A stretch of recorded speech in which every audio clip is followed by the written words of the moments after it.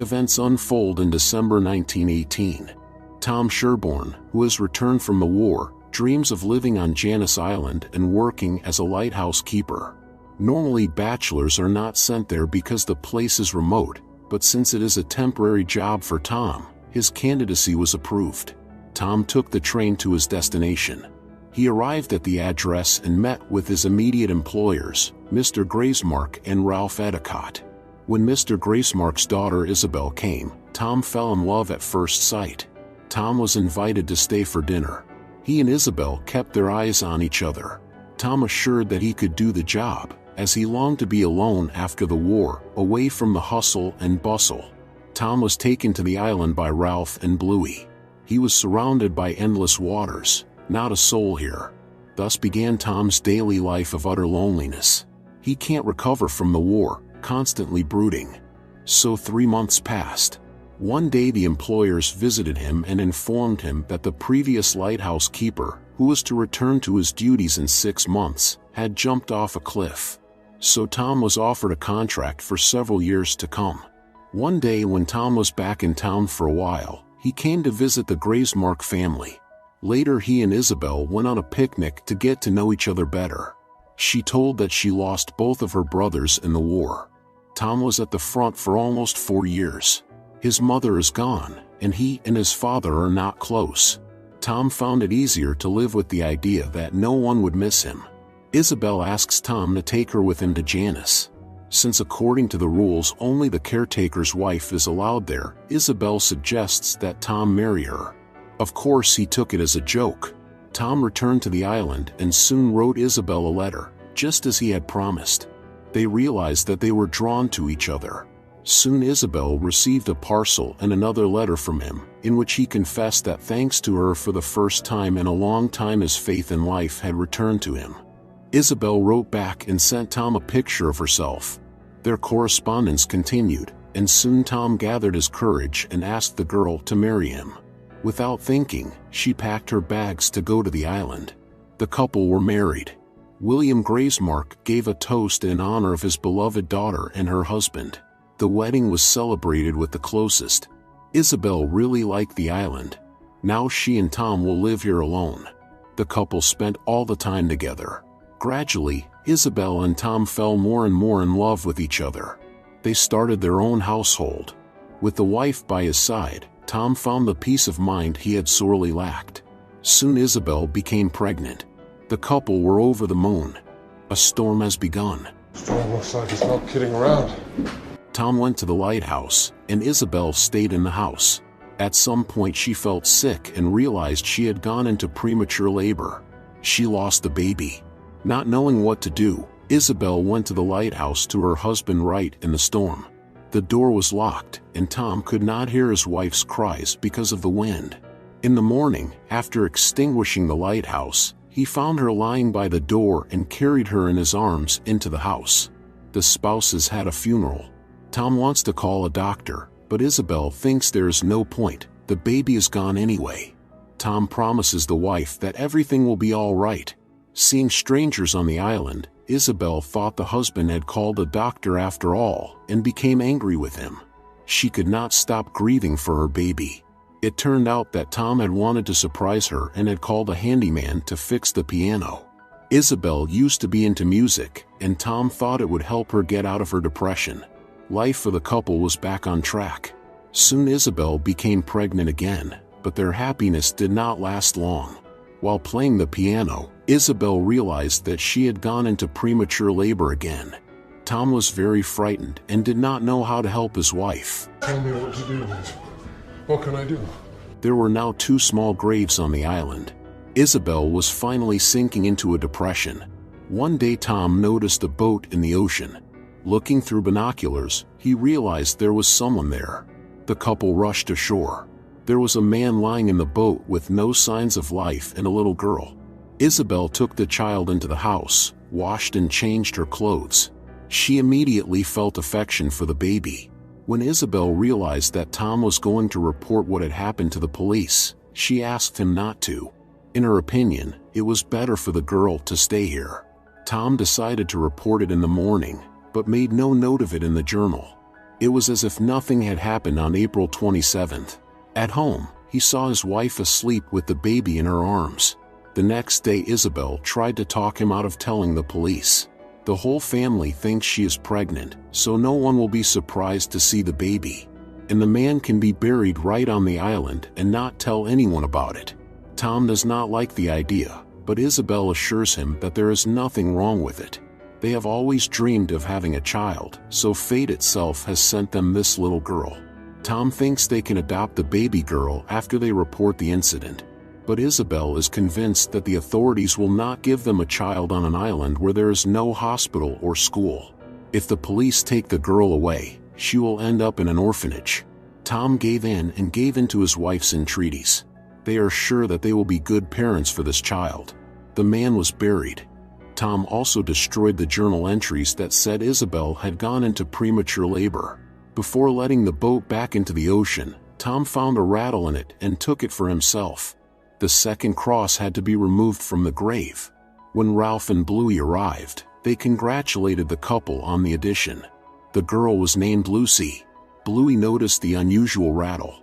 Isabel became a celebrity in her town because she gave birth on the lighthouse without any help. Tom and Isabel felt like happy parents. They were delighted with their new daughter. The couple raised her in love and care, spoiling her in every way. Soon Tom and Isabel visited her parents. The family was happy, for the little girl looked like an angel.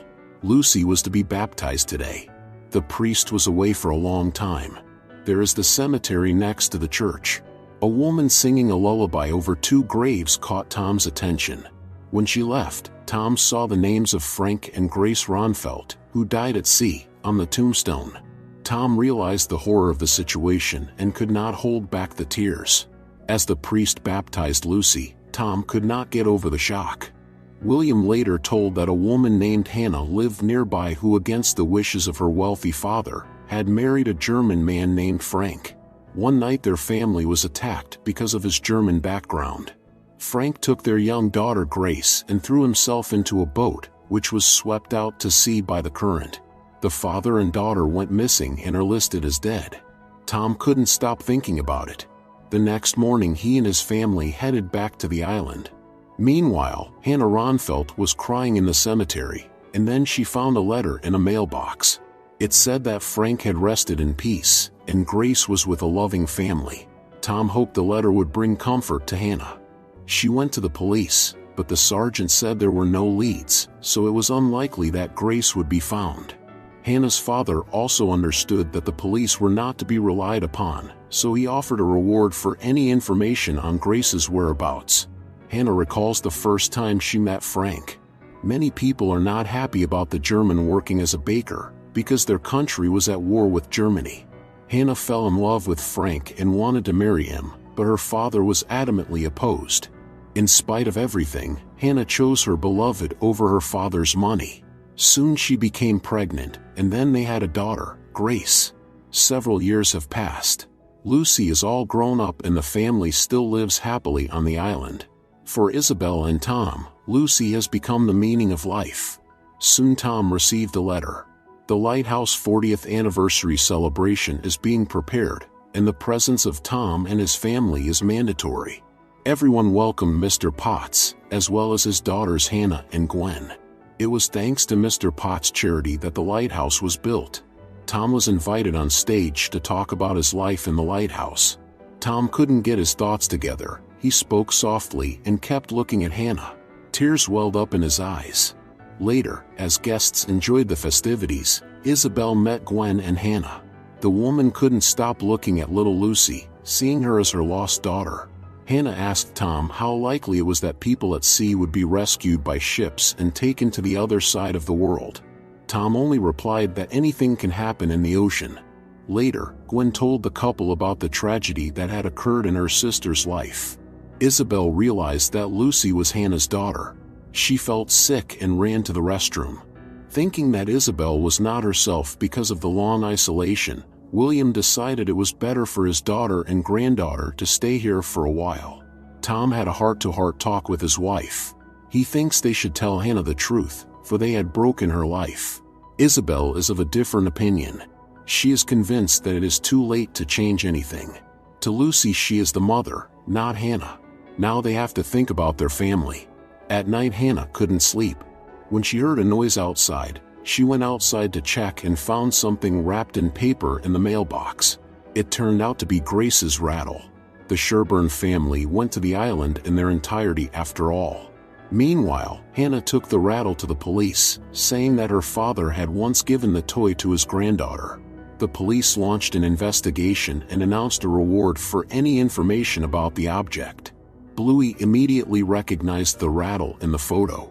Tom told the wife that a boat is headed their way. He intends to take all the blame and tell the police that he caused his wife to lie. Tom can no longer keep silent. Isabel became hysterical. She cannot allow Lucy to be taken away, but the husband has already made up his mind.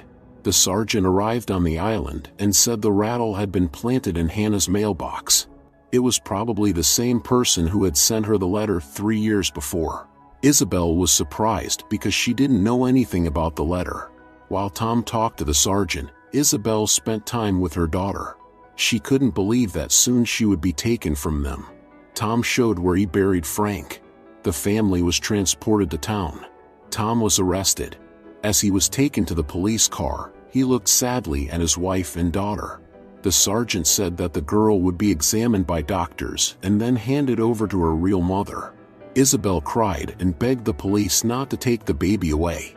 When they took Lucy away from her, Isabel became hysterical and screamed for a long time. Tom is brought in for questioning. The sergeant does not believe that Frank was alive when he got to the island. Besides, Tom had fought with the Germans. The death of one more of them would not have changed anything. Tom asks the sergeant to ask the wife about it. She will confirm his testimony. The sergeant did just that.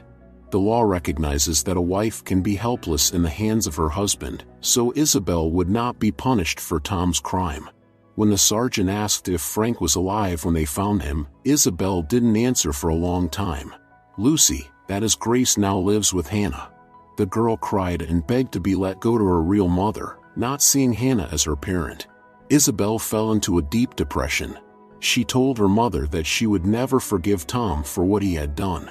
Ralph doesn't think Tom should take all the blame, but Tom doesn't want Isabel to continue to suffer. In his opinion, this is punishment for the wrong decision he once made. Soon Isabel received a letter from Tom and put it away in a drawer. One day she walked into the store and saw Lucy with Hannah. The girl immediately rushed to her arms and called her mom. Lucy wants Hannah to leave and she not be called Grace anymore. Barely able to hold back her tears, Hannah asked Isabel to give the daughter to her. Isabel didn't want to do that, but she had no choice. Hannah visits Tom in prison and asks him directly why he did what he did. Tom is very sorry for what he has done and realizes that he is not worthy of forgiveness. He only asked Hannah to be merciful to Isabel because she was only obeying her husband's will. One day Hannah found the daughter nowhere to be found. In a panic, she rushed outside to look for her. The police suspected that Grace was in the Graysmark home, but it turned out the girl wasn't there. Isabel had nothing to do with her disappearance either.